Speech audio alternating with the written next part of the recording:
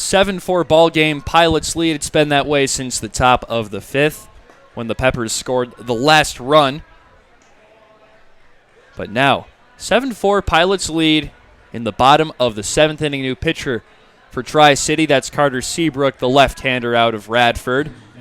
Coming in after the righty out of Radford, Drew Stanley, pitched the previous half inning for the Pilots. So Seabrook comes in relief of Marcus Van Alstine, who pitched 4 scoreless and did a great job of bridging the gap, similar to Brendan McCumber's work that we saw at home a few days ago versus this same Pilots squad. And due up, he'll have Henry Garcia, Yorsix Jimenez, and Grayson Fitzwater, 2 through 4 in the Pilots order. First up, Garcia. He flew out his first time up. He had a 3-run triple in the second and then grounded out back in the fourth. So, tough part of the order for Seabrook, Charlie. Tough indeed. Seabrook, a guy who we haven't seen a whole lot of. Peppers have a lot of pitchers. That's by design. But you still have a shot in this game, down only 3 runs. And you need to keep it that way if you want to have a real possibility of getting this game back in hand.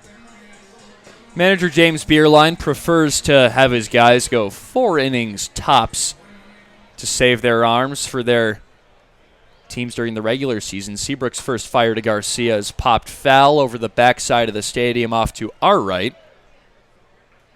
Huge gap in the middle of the infield by second base. Garcia has free real estate there if he wants it.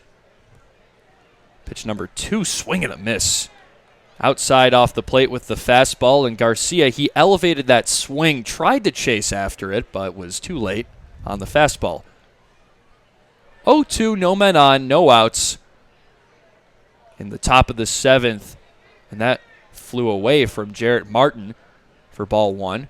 Was in a similar spot to that swing and a miss from Garcia, but this time no offering from the outfielder. 7 base hits for the Peppers, but only 4 runs. 3 hits for the Pilots, 7 runs. Here's the 1-2. Same spot and gets away from Martin again. Hit the very top part of his glove and just bounced away, so thankfully for them, no runners on base. And I'd be scared to pitch in the strike zone to Garcia too, Charlie. He's just been absolutely hammering the ball. Certainly was the case on his 3-run triple earlier today. Seabrook fires. Grounded, hot ground ball towards the third baseman. Gloves and just pockets it as it bounced off the glove of Evan Bolden. He lost his hat too, so Garcia will reach with what's probably a base hit with how hotly he hit that one off the bat.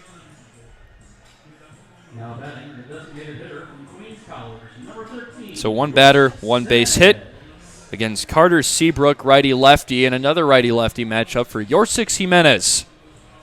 Again, Seabrook, who works third base side of the mound, staring straight at Garcia. Fires. Ripped foul up off to the right side.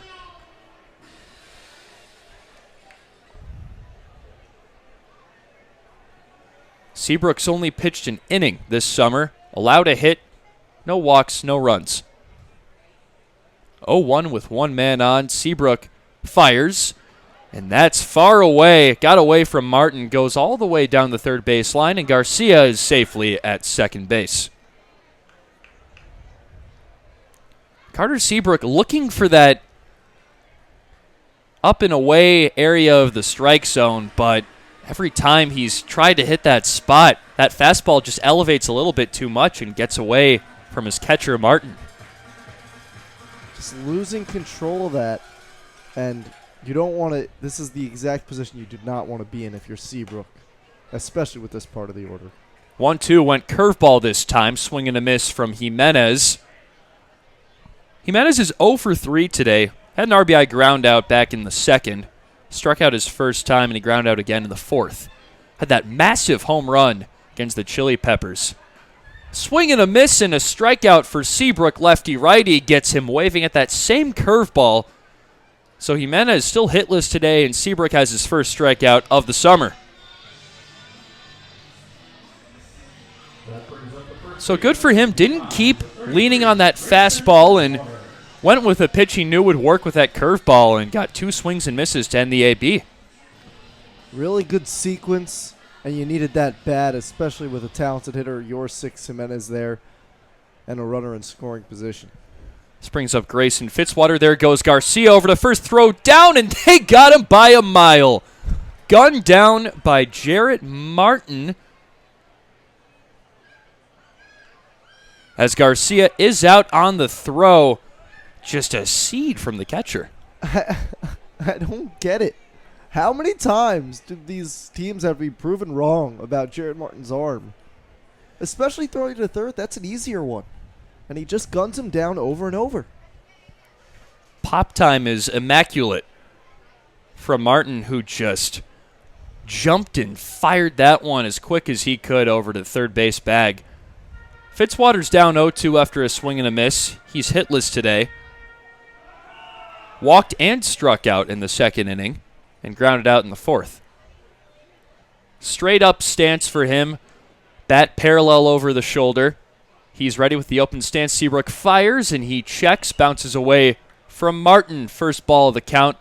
1 ball, 2 strikes, 2 outs. No men on after Henry Garcia was gunned down trying to swipe third base. And that's the 4th time Jarrett Martin has robbed a steal from a base runner this season, compared to 5 during his regular season with Walters State Community College, as you said earlier, Charlie. Lefty-lefty matchup. Seabrook is ready. He delivers. Check swing, and that one was on the outside corner. Swing doesn't matter. Second strikeout of the inning for Seabrook. Gets the Peppers out of the bottom of the 7th. The Pilots are still up 7-4, and we'll see if Tri-City can tack some on the board in the top of the 8th. Up next.